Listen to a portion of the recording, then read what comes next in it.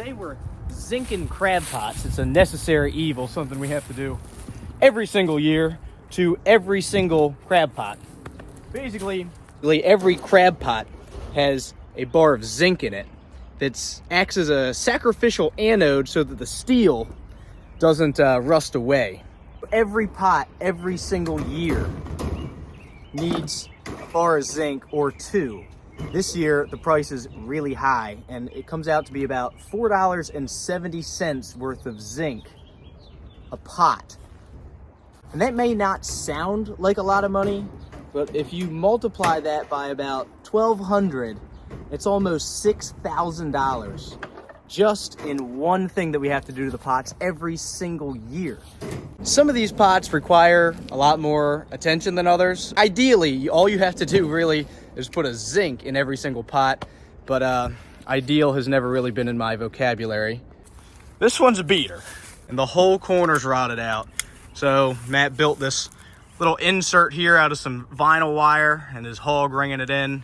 And I wouldn't typically do this, but the price of crab pots has shot through the absolute roof.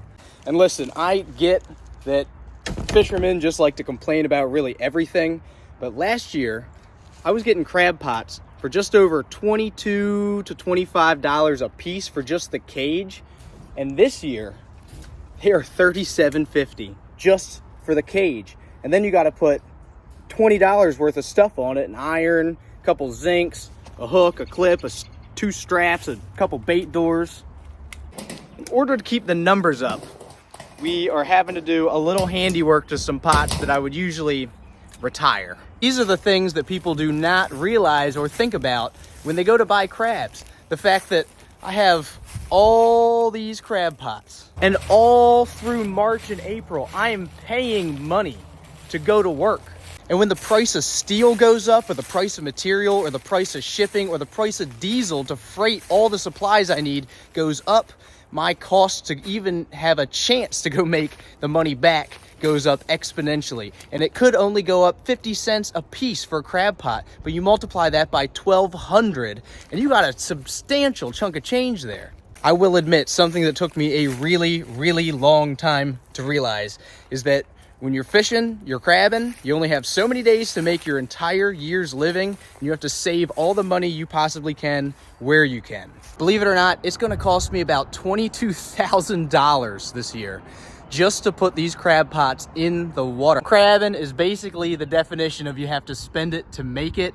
Think about it like this. Every day that you were to clock into your job, you have to hand your boss $1,000 out of your own pocket. Then he says to you, you can keep all the money that you make after you make that $1,000 back. But here's the catch. Every day when you clock in, you have to pull a lever on a slot machine, and every combination of things that show up on that slot machine add money to that $1,000 that you have to make back before you can bring home a paycheck. And that's basically exactly how crabbing works. Except for us, the $1,000 that we have to hand our boss is bait to go catch the crabs. It's fuel in the boat to go get there. It's fuel in the truck to go get there. It's paying help like Matt to shake crab pots. And that slot machine that costs you money, for us, is the wind, or it's crew not showing up, or it's mechanical failure. It's any combination of things.